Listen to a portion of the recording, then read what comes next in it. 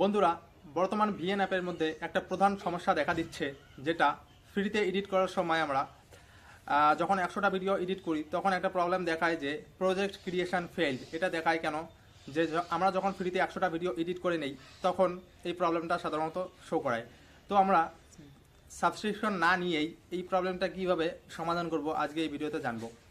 এটা বেসিক্যালি যখন তোমার ড্রাফট লিস্টে 100টা ভিডিও রেডি হয়ে থাকে বা এডিট করা ভিডিওগুলো যখন 100টা থাকে তোমার ড্রাফট লিস্টে, তখন এই সমস্যাটা দেখা দেয়। তো আমরা সেই ভিডিওগুলোকে কিভাবে আমরা এই সাবস্ক্রিপশন না নিয়ে সেই প্রজেক্ট ক্রিয়েশন ফেইল্ড এই সমস্যাটাকে আমরা সমাধান করব আজকে এই ভিডিওতে বিস্তারিত জানবো। তো ভিডিওটাকে একটুও স্কিপ না করে সম্পূর্ণটা দেখলে তোমরা এই সমস্যার সমাধান করতে পারবে। তো চলো বেশি দেরি না করে ভিডিওটাকে শুরু করি।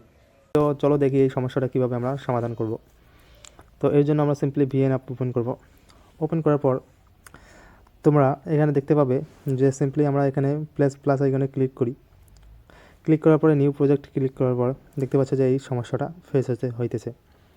তো এটাকে সরানোর জন্য বলছে যে সাবস্ক্রাইব বা এখান থেকে কিছু পারচেস করতে বলছে, যে কীরকম, যে মান্থলি বা ইয়ারলি কোনো সাবস্ক্রিপশন পারচেস করতে বলছে।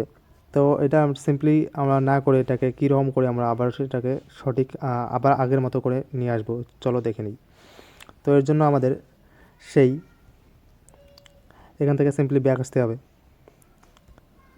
ব্যাক আসার পরে এখানে আমরা দেখব যে এখানে ট্রাস্ট বা এখানে যে ট্রাস্ট ফাইলে এই ফাইলগুলো আছে, আমরা মনে করো এগুলো এডিট করেছি। তো এগুলো সিম্পলি ডিলিট করার পর সেগুলো ট্রাস্টে চলে যায়। তো ট্রাস্টে গিয়ে যদি ট্রাস্টও থাকে তাহলে এগুলো কিন্তু কাউন্ট হয়। তো ট্রাস্ট প্লাস এই ফাইলগুলো যেগুলো এখানেও সামনে আছে, তো এই সবগুলো মিলিয়ে এখানে কাউন্ট হয় 100টা। তো 100টা যদি হয়ে যায় তাহলে ওখানে এরকম শো করায়। আমরা দেখব যে এখন এখানে এই যে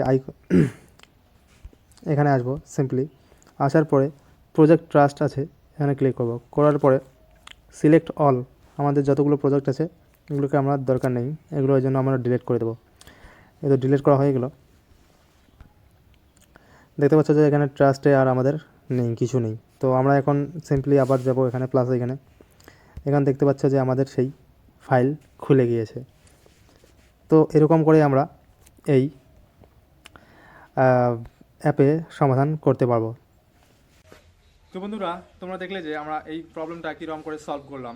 তোমরাও এখানে যদি 100টা করে ভিডিও এডিট করো তারপরে এই সমস্যাটা দেখা দেবে, এবং এরকম করেই তোমরা এই ভিডিওটা এই প্রবলেমটা সলভ করবে। তো যদি আরও কোনো জানার থাকে তাহলে নিচে কমেন্ট বক্সে জানাতে ভুলবেন না, এবং যদি ভিডিওটা ভালো লাগে তাহলে একটা লাইক করবেন। আরও এরকম ইনফরমেটিভ ভিডিও পাওয়ার জন্য চ্যানেলটিকে সাবস্ক্রাইব করে পাশে থাকবেন।